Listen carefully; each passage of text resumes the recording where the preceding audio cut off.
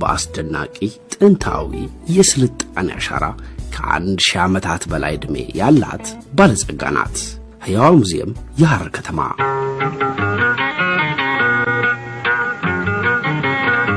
በ9ኛው ክፍለ ዘመን እንደተቆረቆረች የሚነገርላት ታሪካዊቷ የሐረር ከተማ የበርካታ ማህበራዊ፣ መንፈሳዊና ቁሳዊ ቅርሶች ባለቤት ናት።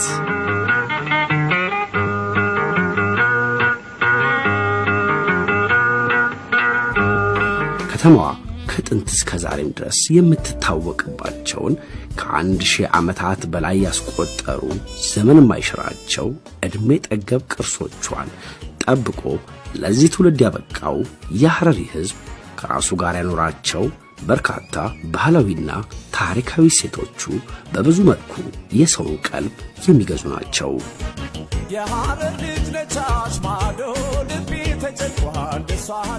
በውስጧ ካሉት ዓለም አቀፍ ቅርሶች ባልተናነሰ መልኩ ሊነገርላት የሚገባው እልፍ ዘመናትን የተሻገረው የሐረር ነዋሪዎች ጉርብትና በመፈቃቀርና በሰላም አብሮ የመኖራቸው ጉዳይ ነው።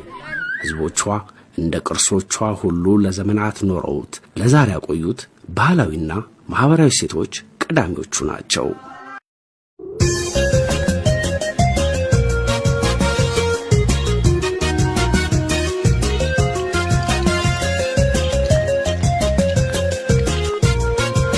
ታዲያ በዚህ ታሪካዊ ከተማ ነዋሪ ሆኑ ሕዝቦቿ ሰላም፣ ፍቅርና መቻቻልን በስም ብቻ የሚያውቁት በሩቅ የሚመኙት ጉዳይ ሳይሆን ይልቁንም እንደ እህል ውሃ ሁሉ ከዕለት ተዕለት ኑሯቸው ውስጥ የማይጠፋ የሕይወት ማጣፈጫ ቅመማቸውና የማህበራዊ ሴቶቿም መሰረቶች ናቸው።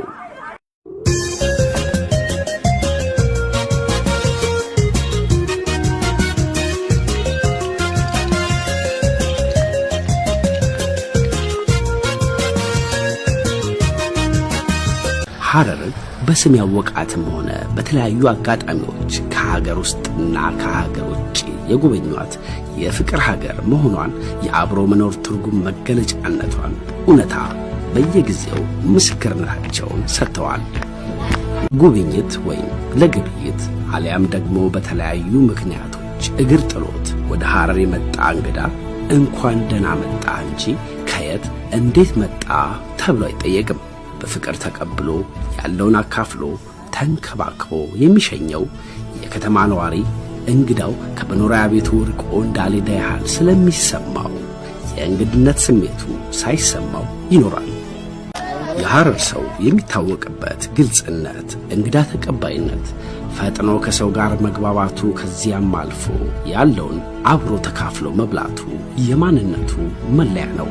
ይህም ሐረር የፍቅር ሀገር እስክትባል ድረስ መጠሪያ አርማ ሆኗት ለከተማዋ ዝናን፣ ለሕዝቦቿ ክብርና የሰውን ፍቅር አትርፎላታል።